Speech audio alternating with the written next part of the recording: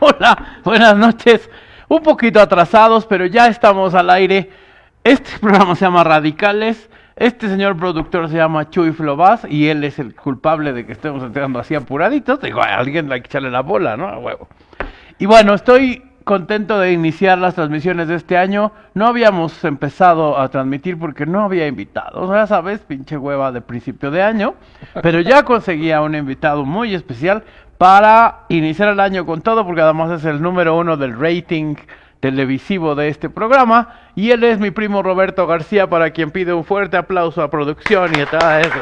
Hacemos. Y bueno, voy a seguir en esta, Chuy, yo me cambio de cámara, ok, ahí nos seguimos. Bienvenido, buen año. Igualmente para todos los que nos están mirando. Qué bueno que estés aquí, qué bueno que traes todos los bríos, todo el inicio, esa pila que nos ponemos. Veo que siempre es un pretexto, ¿no? El inicio de año como para resetear ciclos. Y hoy vamos a hablar un poquito sobre ese tema, porque vamos a platicar de tiempo, ¿no? Así es. Y de espacio. Y yo creo que pues el pretexto se lo ponemos porque le llamamos 1 de enero, pero en tiempo pues es lo mismo. De todas maneras, no, el y sol después sale. De lo que platiquemos hoy, peor. Vamos a ver que el tiempo tiene otra connotación. Otra connotación, sí, pero bueno, estamos en el tiempo calendárico de ciclos alrededor del Sol. Estamos en algo que alguien determinó que era un inicio, que ¿no? dijo, este es el principio. Este es el principio, porque podía ser a la mitad de marzo. Si fuéramos budistas llevaríamos otra cuenta. Si fuéramos indios llevaríamos otra. Exactamente. Así es. Entonces no coincide con ningún ciclo que conozcamos, pero es en el que vivimos y ya nos tocó. Una convención. De hecho, creo que una convención. Finalmente el universo en muchos sentidos es una convención. La definición que tenemos de él. Así ¿no? es. Así y ahorita vamos a ver por qué. Arránquese, muñeco. ¿Qué nos vas a platicar hoy, mi Robert? Mira, hoy me gustaría platicar acerca de la física y la filosofía, que bueno, de alguna manera la hemos estado tratando en todos estos programas. No todo buen filósofo tiene algo de físico, y todos los físicos seguro tenemos, y sobre todo en la física contemporánea, bastante de filósofos. Y quiero hablar de una conexión entre dos pensadores extraordinarios. Uno es Immanuel Kant, y otro es, por supuesto, nuestro querido y adorado viejito Albert Einstein. Que si en algún programa futuro me invitas, prometo ya actualizar un poquitito el arquetipo del físico genial, ¿no? ¿Por qué te quiero hablar de esto? Porque está muy relacionado con un problema de concepto de los físicos que tenemos de manera contemporánea, que es ¿qué es el espacio? ¿Qué es el tiempo? Y para esto, primero déjame hablarte un poquitito de la infancia de Albert Einstein. Albert Einstein, cuando tendría unos 10 años, tenía un amigo filósofo. De hecho, Einstein en algún momento dado se vio tentado a no ser físico, sino a ser filósofo. y bueno, finalmente terminó creo que haciendo ambas cosas sin pretenderlo. Y este amigo le leyó a un niño de 10 años La crítica de la razón pura, un ladrillo de Kant, y es un ladrillo no tanto por la extensión, que sí es considerable, sino porque es un libro muy pesado de ideas. Denso, de conceptos densos. Sí, así es. Okay. Immanuel Kant, y todo esto que estoy juntando de Kant y Albert Einstein tiene que ver con la realidad de nueva cuenta. Con qué es la realidad, porque al final la realidad como la concebimos ocurre en un teatro que es el espacio y en un tiempo determinado, que ahorita vemos que a lo mejor eso no existe fuera de nuestra cabeza. El concepto de espacio y de tiempo ha sufrido a través de la historia una serie de modificaciones. Para Aristóteles, el espacio y el tiempo eran, la realidad, vamos a partir de la realidad. La realidad para Aristóteles era una combinación de dos cosas, de materia y de forma. Materia era lo duro, lo que vemos, lo que es real, y la forma es además qué forma tiene esa materia. O sea, puedo reconocer una silla, o la realidad me dice que tengo una silla, porque sé de qué está hecha la materia, una textura y además forma. Tiene una forma que en mi cerebro asocio con silla. Una silla tiene patas, sirve para sentarse, y de ahí en fuera somos criados en ese sentido. Decía Foucault, nacemos esclavos porque cuando nacemos el lenguaje ya está dado y los conceptos de qué es una silla, bueno, pues ya nos lo dan. No nos permiten de alguna manera fabricar nuestro propio concepto de lo que es una silla. Que eso es un poco lo que hacen ahora los diseñadores modernos, ¿no? Sí. O sea, sirve para sentarse, pero no necesariamente tiene que tener patas, forma de silla. No tiene que estar sostenida en el suelo, puede estar colgada, no necesariamente es de madera, puede ser de papel, una serie de cosas, el pensamiento lateral, ¿no? Pero eso nos decía Aristóteles que era la realidad, era una combinación de materia y forma. Llega después Kant, bueno, llegan una serie de pensadores intermedios, pero llega Immanuel Kant y nos dice que en realidad lo que creemos que es la realidad es una combinación de lo que ocurre fuera de nosotros, que a él le llama una intuición, incluso le pone un nombre muy elegante que es el noumeno, que es muy parecida a la palabra fenómeno, y él dice, bueno, hay algo que ocurre afuera, y la combinación con lo que ya traemos a priori de conceptualización en nuestro cerebro, es lo que nos da el concepto de realidad para cada quien. En la visión aristotélica la realidad es una. El espacio es el mismo para todos, el tiempo es el mismo para todos, inclusive para todos. Newton así hace su física, dice, bueno, pues el espacio, a mí que no me vengan, se mide así, ahí está, y es el escenario donde ocurren los fenómenos físicos. Y el tiempo, si yo mido aquí 1 hora, es para mí 1 hora, y para el que está allá afuera es 1 hora, y para la estrella más lejana que podamos ver es la misma hora, y el reloj corre para todo el universo igual. Eso no ocurre cuando Albert Einstein describe a través de sus teorías de relatividad, hay dos, te explico cuáles son. El tiempo ya no es el mismo para todos, depende del observador, y el espacio tampoco, se puede encoger en la dirección del movimiento del observador. Pero anterior a esto, las teorías de la relatividad de Albert Einstein se publican a principios del siglo pasado. La de la relatividad especial publica en 1905 y la relatividad general se publica en 1934, si no mal recuerdo. Pero Immanuel Kant, que nace en 1724, muere en 1804, es un tipo bastante peculiar, muy ordenado, muy rutinario, no se casó, se la pasaba pensando, vamos. No tenía tiempo de atender. Era un nerd, Eso, en pocas palabras. Y además lo sorprendente es que, por ejemplo, este libro, La crítica de la razón pura, lo escribe más o menos cuando él tendría unos 60 años, 61 años. Ya, cascadón. Ya, y más para esa época y para la esperanza de vida de esa época. Supongo que ya alguien muy de 60 betabel. tenía demencia senil y estaba próximo a morirse. Así es. Entonces, él lo que dice es que el espacio y el tiempo vienen a priori en la cabeza. O sea, no son elementos de la realidad, sino son una especie de software con la que nacemos, que nos permite interpretar la realidad. Entonces, con eso podemos ejercer el vivir. Así es. Okay. Entonces nosotros, nuestra mente percibe, porque además formamos imágenes de la realidad en la cabeza, la mente funciona como un espejo, las redes neuronales funcionan como un espejo de lo que ocurre en la realidad. Lo que hace es que ve este noúmeno, lo confronta con la serie de conceptos que tenemos y le da un sentido de realidad.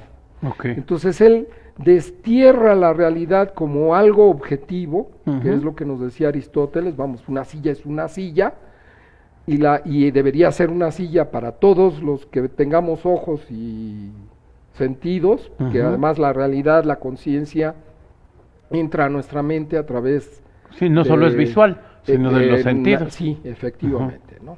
Y además de mucho más compleja que los 5 sentidos que decimos, porque podemos estar totalmente dormidos y sin embargo sabemos en qué posición tenemos nuestros extremidades, y esa es una forma de percibir la realidad que no tiene que ver con el tacto, ni con el gusto, ni con la vista, ni con el oído, ni es simplemente que podemos saber en qué momento o en qué estado están nuestras extremidades, aunque tengamos los ojos cerrados. Y entonces Kant le quita la parte objetiva y vuelve la realidad totalmente subjetiva. Okay. La realidad de cada persona es totalmente distinta de cualquiera otra. En base a sus cassettes puestos de espacio-tiempo. No, bueno, sus softwares, cassettes. Y además muy complejo, viejo. Porque no solo es que los principios, la parte primigenia de la realidad del espacio y el tiempo vienen a priori, sino que además a eso hay que añadirle el lenguaje, la cultura, el contexto. Que suman condicionamientos. Así es, y que entonces nos hacen percibir la realidad de distintas maneras, ¿no? Entonces resulta ser que la realidad es un producto de una serie de categorías que tenemos en el cerebro. Y digo, eso viene a dar hasta ahora lo que dice esta mujer Butler, acerca del género, ¿no? Que el género no es una cosa con la que nazcamos, sino que es una cosa que nos enseñan, que la sociedad nos enseña, ¿no? Los juguetes son ciertos juguetes son de niños, ciertos colores son de niña, y eso en un contexto histórico o africano o de otro lugar pierde sentido porque resulta que es de otra manera, ¿no? Entonces una realidad también construida. Pero ¿qué tiene que ver esto con Albert Einstein? Albert Einstein, cuando publica la primera teoría de la relatividad especial en 1905, en aquel entonces se conoce que la velocidad de la luz es constante independientemente de la velocidad de quien emita un rayo de luz. Okay. Por ejemplo, si yo estoy en un tren que va a 100 kilómetros por hora, yo disparo una pistola, la velocidad en la dirección del tren, la velocidad de la bala va a ser la velocidad que le proporciona la pistola más la velocidad del tren. Okay. Si tú te subes a un tren y disparas un rayo de luz, la luz viaja a 300,000 kilómetros por segundo. No se acelera más. Pero no, ni para el que va arriba, ni para alguien que lo mida desde abajo. Okay. Entonces resulta ser que hay algo en el universo que se mueve con una velocidad finita, pero a velocidad constante independientemente del observador, de quien la mida. Okay. Es decir, ahí entra un concepto de física que son los marcos de referencia. Si yo estoy aquí sentado y la cámara está a 2 metros, para mí la cámara está a 2 metros de distancia, para la producción está a 3 metros, sin embargo la descripción de la posición de la cámara debería ser igual mediante una transformación entre los dos marcos de referencia. Okay. Si yo digo está a 2 metros y él me dice está a 3 metros, la manera en que concilio la posición de la cámara es que digo, es que tú estás 1 metro más lejos que yo. Okay. Y los dos escribimos lo mismo. Okay. Bueno, pues resulta ser que cuando descubrimos que la velocidad de la luz se mueve a velocidad constante, tiene un valor constante, entonces se tiene que encoger el espacio y dilatar o encoger el tiempo para que esa velocidad sea constante. O sea, se tendría que mover esos dos conceptos alrededor de esa constante. La constante sería la velocidad de la luz. Y eso es lo que hace Albert Einstein, ese es su gran logro. Destruye un paradigma que además cuesta mucho trabajo destruir, porque uno en su visión intuitiva del universo, pues dice que se va a mover, coge, ¿no? Claro, ¿cómo se van a pandear? Sí, como que si tengo 2 gemelos y a uno lo mando al espacio y lo hago viajar muy rápido, casi a velocidades lumínicas, cuando baja es más joven que el otro, que no transcurrió el mismo reloj tiempo para el de abajo que para el que estaba arriba, pues no transcurrió. No transcurrió. Entonces empieza a haber una especie de similitud, en donde Kant dice la realidad es subjetiva, para cada individuo es distinta, y él dice para cada observador de un fenómeno físico, la realidad puede ser distinta, porque no tienen el mismo reloj, no tienen la misma concepción del espacio. Okay, y lo que hace la relatividad especial es tratar de hacer lo que describí hace rato con Chucho, de decir, bueno, ¿cómo hago para que lo que estamos viendo sea equivalente lo que él ve? ¿Nos cuadre a los dos? Así es. Okay. Y eso se llama relatividad especial. Okay. Poco después, y eso es a velocidades constantes, después introduce cuando dos marcos, esto es cuando un marco de referencia, la especial, cuando un marco de referencia se mueve con respecto a otro a velocidad constante. Okay. Cuando se acelera, que empieza la gravedad, se construye la relatividad especial y las cosas todavía se ponen más sabrosas. Más perras. Sí. Pero regresando de un corte rapidísimo que nos está mandando la producción, volvemos con Robert, y además esto te lo voy a poner a que nos lo expliques con algo que esta semana corrió por redes. Una estrella que dicen que de repente se les empezó a apagar y yo creo que no saben cómo explicarlo. Creo que se llama Betelgeuse o algo parecido. Y una supernova, no sé, lejanísima, y que de la nada. El chisme, pero ahorita la entendemos. Regresamos en un minutito, rápido. Gus Santos Makeup Academy. 5 años de experiencia nos respaldan. Pide informes al 420-2808 o búscanos en nuestras redes sociales como Gus Santos Makeup Academy.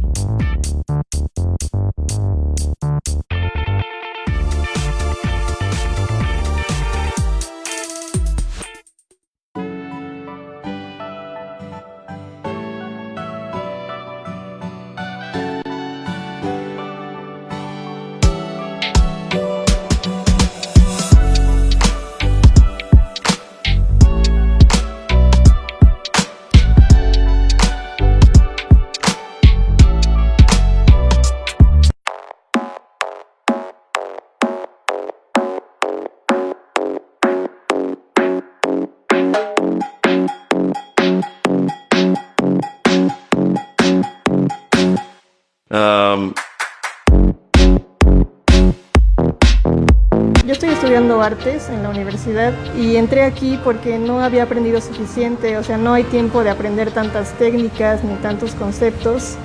Yo he estado con Alesa desde hace tiempo, pero me fui de viaje, entonces al regresar pude recordar cómo era este sentimiento de... La figura humana para mí es sentir que estoy creando. La música para mí es algo muy importante cuando estoy trabajando. Yo creo que te ayuda a entrar como en un ambiente en el cual puedes desenvolverte y desarrollar lo que estás haciendo. Yo soy Alesa, este es el espacio La Creativería, listo para todos de lunes a sábado. Me encanta compartirlo con todos. Gracias. Listo, ya estamos de regreso y tenemos gente que nos hace favor de escribirnos. Víctor Romero, compadrito, ¿cómo estás? Qué gusto leerte. Maru Sánchez, hola, estoy en esta, sale. Tito Serga, saludos a Robert y a Samuel. El profe Rafa, que tú ya, invitado. Que ya vino. Ok. Marco en LSC, hola, profe, un saludo, gustazo. Chava Bravo, Dios en vivo, dice. No, pues eso ya es idolatría, ¿eh? Ramón Berra, compadre, ¿cómo estás? Geraldine Rodríguez, hola, saludos, profe. Erika Román, amor. A todos mis alumnos. Eso, ayer a la Chava, a Lalo, Yair, a Denise, a Yair. Eso, no, pues aquí está todo el club de fans. Jorge Alejandro Papacito, dice, pues Chava Brava. No le creo. Itzel Sánchez, Jorge Alejandro, José Eduardo, Alejandra Huidón, Reina, Gemma Bravo, en vivo con un dios. Gama, dice Gama Bravo que es. Sí. No, pues vamos a ponerle altar. Saludos, entonces. Gama. José Alejandro Maravilla, Víctor Romero. Saludos desde el tema que están presentando. Es oportuno hablar de singularidad. ¿Nos pueden platicar algo de esto? Ahorita agarramos el tema. Denise Poblano. Daniel Romero Rojas, Denise Poblano, Tito Serga. Es el otra vez Rafa. Robert ahora, Vilma Ballina. Vilma, besos, saludos. Alejandra Huidón, siempre es un hematoma de satisfacción y aprendizaje escuchar los chats. Lo siento muy cerca. Besos, princesa. Gus Santos, qué bueno que nos ves. Ojalá aprendas mucho de física, amigo. Jorge Alejandro Maravilla y Marco. Listo, seguimos, porque si no, no nos va a dar tiempo. Okay. Madre mía, ya me salí. Dale, síguete. Ok, entonces, ¿en qué estábamos? Estábamos en Einstein y yo te dije de la estrella, ¿no? Por esta relatividad. Pero síguete tú y después vemos si nos da tiempo de la estrella. Entonces, hay un primer paralelo en que esto que estoy describiendo a Albert Einstein es física. Ya. El lado de Kant es puramente filosófico. Y pero además tiene mucho de razón.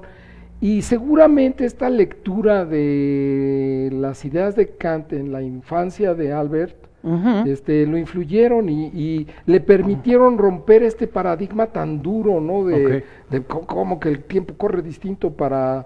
Incluso cuando lo publica él, porque además él es un físico totalmente ignorado, no pertenece a asociación, a la sociedad, a las escuelas de los físicos. Trabaja en una oficina de patentes. Entonces todo el mundo lo ve así como ¿qué le pasa a ¿no? Claro. Sí, que ¿cómo cree? Uno de los pocos que le cree es Maxwell, pero bueno, ahorita hablamos de eso. Está bien.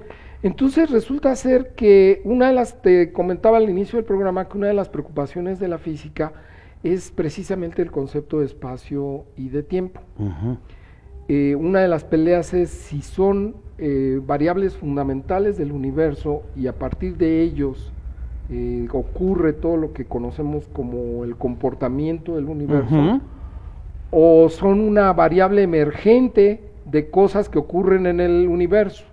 Es un poco qué es primero, el huevo o la gallina, qué es primero, el espacio y el tiempo, y ocurren los fenómenos físicos, o ocurren los fenómenos físicos y los calificamos con espacio-tiempo. Y aquí déjame decirte que una de las consecuencias de la teoría de la relatividad es que dice que la simultaneidad no ocurre. Es decir, tú y yo estamos aquí sentaditos, estamos hablando entre las cámaras y lo que yo digo es simultáneo, es decir, si yo hago esto, los aplaudo o trueno, esto ocurre al mismo tiempo. Resulta ser que dependiendo de la velocidad del observador, lo que pareciera que, por ejemplo, encendemos dos focos ahorita, para ti y para mí, son simultáneos, eventos simultáneos. Pero alguien que pasara cerca y observara que encendemos los dos... ¿Puede tener un desfase pequeño? No, un desfase bastante grande dependiendo de qué tan cerca de la velocidad de la luz esté. Entonces, inclusive, dependiendo de la dirección que tenga, para uno de ellos, primero troné la mano derecha y luego la izquierda, o primero la izquierda y luego la derecha. O fue simultáneo. Entonces, ¿el tiempo dónde queda? ¿Se explicó? Sí. Porque para mí, el pasado es que para nosotros es al mismo tiempo. Para alguien que va en esta dirección, primero fue esta y luego esta. Y para el que va en el sentido contrario, primero fue esta y luego esta. Entonces, ¿cuál es el pasado? oeste. Entonces se tiene que recurrir a un modelo estático del universo. Es decir, el universo es un bloque duro en donde todo lo que pasó, pasa y pasará, ya está. Tanga su madre. No, el concepto de pasado, presente y futuro es una invención de la mente. Para entender ese bloque ya hecho. Exactamente. Mierda. Entonces hay un físico, Eddington, que dice que en realidad el espacio y el tiempo es un andamiaje que es conveniente para que nosotros podamos colocar en él un cierto orden y le dé sentido a lo que vemos y experimentamos. Sí, probablemente a nuestro existir. Así es, y muy probablemente en el fondo la realidad es estática. Ahí está. Y la mente es la que nos da la sensación de que vivimos y que el río corre, que el tiempo corre como un río. Madre mía. Y de que los sucesos van en cierto orden. Siendo que dependiendo de cómo midamos o quién mida, pueden ir para acá o pueden ir para atrás. Y ahí, si todavía le metes teoría de relatividad general, en donde hay aceleraciones entre los distintos marcos de referencia, pues resulta que pues están todas estas cosas en donde el espacio se curva y el tiempo, sí, porque esa además existencia también pudiera tener ciertas fricciones ya hechas, ciertos torcimientos. Que además, si vemos la visión estática del universo, no es que el universo, la realidad cambie, lo que la está cambiando es nuestra experiencia de él. Dentro de ella. Así dentro es. De ese. Y es el viejo dilema. Lo chistoso de todo esto es que muchas de estas ideas, por ejemplo, las maneja la tradición budista desde hace mucho tiempo. Sí, sí. No en este lenguaje, no exactamente igual. Y además cuando el budismo primitivo pierde esta disciplina y se convierte, va a sonar un poquito feo, pero cuando las iglesias intervienen en las religiones, las cosas las frenan. Tuerce la parca el ramo. Las manipulan. Decimos, ¿no? Ya valió madre. O sea, una cosa es la religión y otra cosa es la iglesia, ¿no? Una cosa es el budismo primitivo y otra cosa es el budismo ya elaborado con dioses, con una serie de... No, ya filtrado. Filtrado, digamos. Pero regresando a nuestro tema original, resulta que entonces Eddington lo que dice es que hay un andamiaje, que es el espacio y el tiempo, que nuestra mente trae a priori y que nos sirve para colocar en cierto orden el universo. Y además tiene una gran utilidad práctica, porque es la que nos permite construir máquinas y coches y aviones y teléfonos celulares y desarrollar la tecnología y cosas así. Pero viéndolo fríamente, bueno, pues resulta ser... pero estaba mencionando esta idea del budismo, en donde la mente la utilizamos... la analogía sería, un ojo puede observarse a sí mismo. Nosotros estamos inmersos en esta realidad y le tratamos de describirla. El problema es que tratamos de describirla con elementos de lo que creemos que es la misma realidad. Es como si un ojo quisiera observarse a sí mismo. Así es. Y es un poco el dilema que también plantea el budismo. Es decir, la mente es... ¿Soy yo la mente o la mente es una herramienta mía? Pero me cuesta trabajo decir que tengo una conciencia que a lo mejor mueve mente y cuerpo, porque para la conciencia necesito de la mente. Y es un poco, si me permiten esta libertad poética, lo que otro físico, después de que Wheeler, que es un físico que se dedicó a gravitación, retomó las ideas de Albert Einstein de la relatividad general. Si te acuerdas, en los programas pasados hablábamos de que hay 4 fuerzas hasta ahorita en el universo, 3 que describimos con partículas y una que es así totalmente indomable hasta ahorita, que es la gravedad. No la podemos empacar junto con las otras fuerzas y por eso hemos fracasado en describir bajo una sola teoría todo el universo. Tenemos que describir la parte de electromagnetismo, fuerza fuerte y fuerza débil, y gravedad por otro lado. Y además es una grosería, ¿no? O sea, no podemos con eso. Wheeler retoma las ideas de Albert Einstein Y la relatividad general lo que nos dice es que la forma del espacio depende de la cantidad de materia que esté contenida en él. ¿Por qué? Porque un objeto masivo como un hoyo negro tuerce el espacio, pero además cuando hablo de espacio, acuérdense que ya estamos hablando de un espacio de 4 dimensiones, 3 espaciales y una temporal. Entonces el hoyo negro no solo tuerce la parte espacial, sino también tuerce la parte temporal, o sea, afecta el tejido, los físicos decimos que es el tejido del espacio-tiempo, y ahora nos preguntamos si realmente existe ese tejido o es consecuencia de algo, emerge de algo. Entonces Wheeler lo que dice es, la materia le da forma al espacio, y el espacio le dice a la materia cómo moverse. Entonces tiene una relación simbiótica muy particular. Una no es nada sin la otra. Entonces como si se autocrearan de alguna manera, ¿no? O se complementaran. O se complementaran. O sea, no puede estar una sin la otra, pero volvemos al quién sabe cuál es primero. Así es. Y además es chistoso, porque imagínate que un hoyo negro le da forma al espacio-tiempo, pero el espacio-tiempo le dice al hoyo negro cómo moverse. Sí, porque es materia. En teoría el hoyo negro es materia muy condensada. Así es. Tan condensada que su gravedad es tan fuerte que deforma al espacio-tiempo. Hasta la luz cae dentro de él, ¿no? Como por eso se vuelve negro. Materia, ¿no? Madre. Y entonces estamos en una orilla de la física, en donde estamos rascando realmente en la filosofía. Y estamos tratando de llegarle, dice la Blavatsky, intentando explicar al budismo antiguo, dice que es prácticamente imposible que logremos entenderlo, porque pertenecemos a ello, ¿no? Así es. Entonces es como, pues le estamos haciendo la lucha de entenderlo, pero quién sabe si lo entendamos. Nos vamos a ir a un corte rapidísimo, no tardamos. Regresamos en un minuto para seguirnos quemando las pestañas y para que me resuelvas con todo esto que acabas de explicar. Creo que cabe muy bien el ejemplo de la estrellita de esta semana. Regresamos.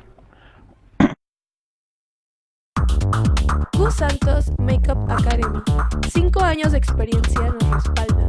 Pide informes al 420-2808 o búscanos en nuestras redes sociales como Gus Santos Makeup Academy.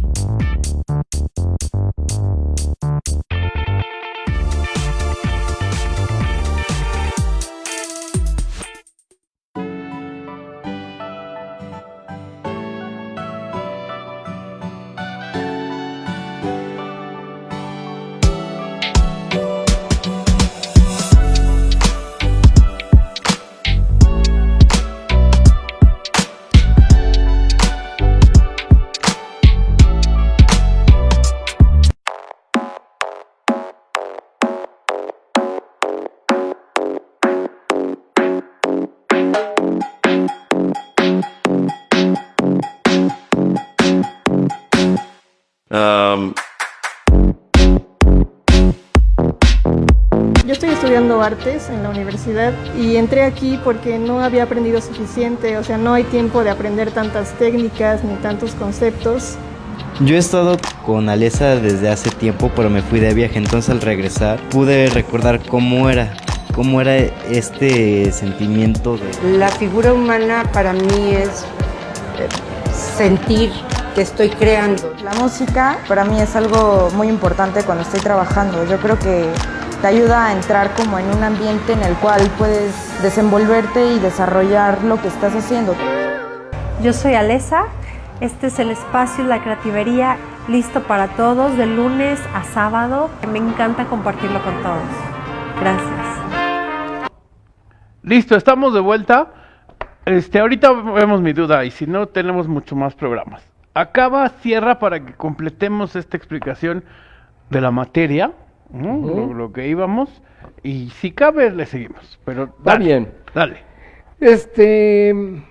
No, pues, ¿qué te digo? O sea, estamos en una época fascinante para vivir. Bueno, cualquier época siempre ha sido debió ser, ándale, en las otras vivir. Para ellos también decían, no mames, estamos descubriendo el barro. Pues ya era maravilloso, sí, ¿no? El fuego. El fuego. Además, tanto así que hay leyendas de robo al fuego, del fuego a los dioses, ¿no? Que, por algo tan preciado. No, lo que quisiera terminar diciendo es que hay, sobre todo para los jóvenes, digo, y los jóvenes como yo, porque yo pienso seguir siendo joven hasta que me muera de viejo, Sam. Entonces, es buena. Entonces, hay un camino muy interesante al respecto, ¿no? Yo recomendaría mucho que la gente se interesara por los temas de física, se interesara por cuestiones filosóficas, no solo occidentales como Kant, sino la parte esta de que el Oriente muy viejo nos puede dar. Y para rematar, por ejemplo, me estoy trabajando mi tesis está trabajando en la partícula de Higgs, mi tesis de doctorado. Pero realmente, independientemente de unos cálculos que tengo que hacer, que son complejos en términos del herramental que se tiene que utilizar, el problema de fondo es el problema de la masa. Okay. La masa, cuando nosotros decimos que las partículas subatómicas tienen masa, lo que estamos haciendo es una extensión del concepto de masa externa. El concepto de masa que nosotros vemos es masa inercial, y a través de la aceleración de la gravedad le damos un peso. Okay. Y es inercial porque pues cuesta trabajo, si está en reposo, echarla a andar, o si ya trae cierta velocidad, desviarla. Cuesta mucho trabajo. Ese lo vamos, en la medida en que vamos bajando la escala de estudio de la física, sí, viéndose a lo pues más de chiquito. repente decimos, bueno, pues la masa que tiene el protón. Pero pues de entrada nadie ha detenido un protón para ponerlo en una báscula. ¿Sí? O tocarlo, y decir, sí, está macizo. Existe, pero quién sabe si tiene masa. Hasta ahí estamos. Exactamente. Y los rayos de luz caen en los hoyos negros, pero los fotones de lo que está compuesta la luz no tienen masa. Entonces, ¿cómo es que caen, no? Bajo la acción de la gravedad. ¿Cómo los jala? Así es, si no tienen masa. Okay. Entonces, ese es un punto fino en el cual, y además está la ecuación de Albert Einstein que mantiene la equivalencia entre la energía y la masa. La energía es igual a la masa por la velocidad de la luz al cuadrado. Entonces, ese es un punto tan fino como el del espacio-tiempo. Es decir, cosas que nosotros damos por sentadas, como el espacio, como el tiempo, como la masa, en realidad son formas o categorías que, dependiendo de la escala a la que estemos describiendo los fenómenos físicos, a lo mejor pierden todo sentido, ¿no? O no son como son. Uno regularmente, la física clásica parte de que queremos describir la intención original de la física era la más pura clásica, era la mecánica, y era decir cómo se mueven los objetos. Entonces, lo primero que se te ocurre es describir la velocidad, que es distancia, que es espacio, entre tiempo. ¿Serán esas las variables fundamentales? Para nuestro sistema de intuición, para nuestra intuición, para la descripción de la mecánica clásica son suficientes. Cuando reducimos eso a escalas muy pequeñas, empiezan las cosas a patinar. Ya no cuadran. Ya no.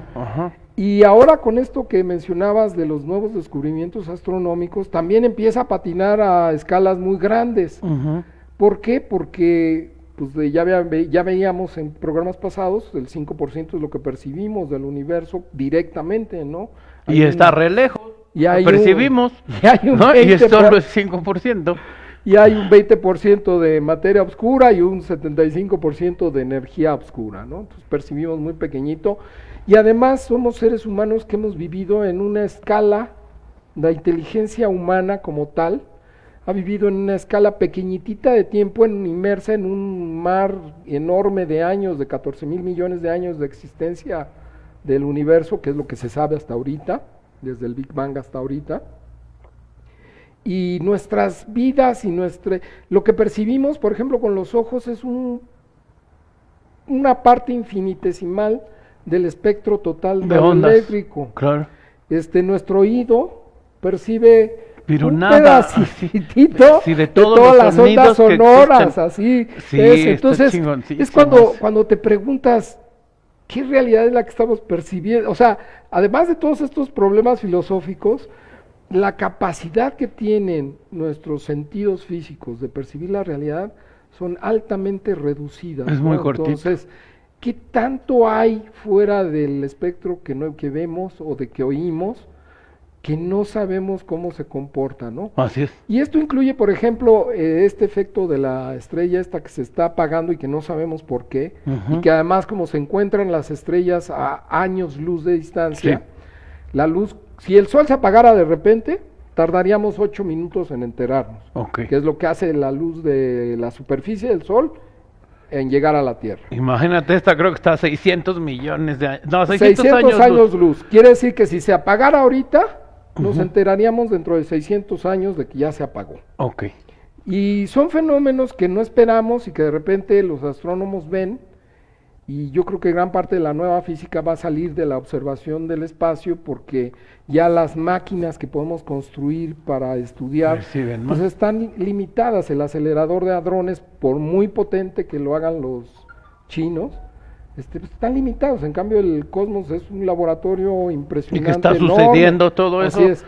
Y por ejemplo recientemente se encontró, nosotros suponemos que en términos generales lo que gobierna el movimiento de las constelaciones, de las galaxias, de las estrellas, es la relación de gravedad que hay entre ellas, que es una fuerza que trabaja a larga distancia, a muy larga distancia. Pues resulta ser que hay, por ejemplo, ahorita se han descubierto ciertos movimientos armónicos entre galaxias que no tienen que ver unas con las otras, que no hay una relación fácil de explicar, como si de repente hubiera algo más que la gravedad, cosas así. Estoy especulando, aviso, no estoy diciendo que eso sea cierto, estoy diciendo que hemos observado que eso ocurre.